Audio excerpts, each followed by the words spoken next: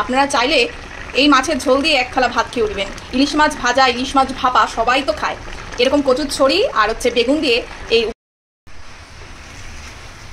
তো বড় বড় ইলিশ মাছ নিয়েছি, এগুলি আজকে বেগুন দিয়ে কচুরছড়ি দিয়ে রান্না করব। পাতলা ঝোল, কাঁচা লঙ্কা চিড়ে, আর করব 2-3 চাক ইলিশ মাছ ভাজা। দেখেন বন্ধুরা, কচুরছড়ি এরকম লম্বা লম্বা করে কেটে নিয়েছি, আর বেগুন এরকম ডুমো ডুমো করে কেটে নিয়েছি।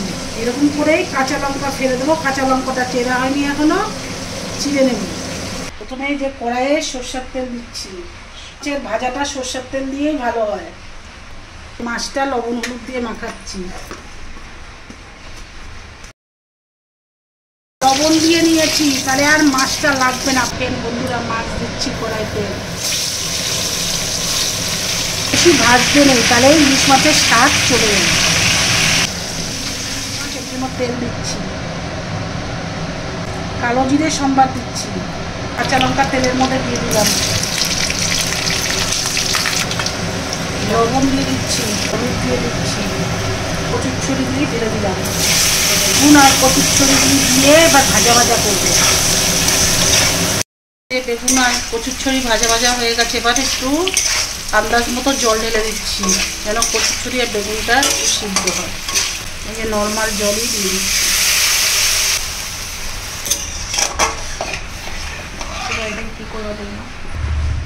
এবার ঢেকে দিলাম। বন্ধুরা দেখেন, থালাটা নামালাম, দেখি কচুরছড়িটা সিদ্ধ হয়েছে কিনা।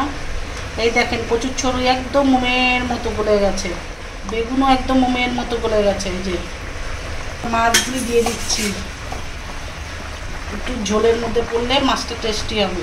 ঝোলটা কালারটা দেখেছেন কত সুন্দর এসছে, ঝোলের কালারটা। প্রথমে একটুখানি কড়াইয়ের মধ্যে হলুদ ফেলে দিয়েছি যেন কালারটা আসে।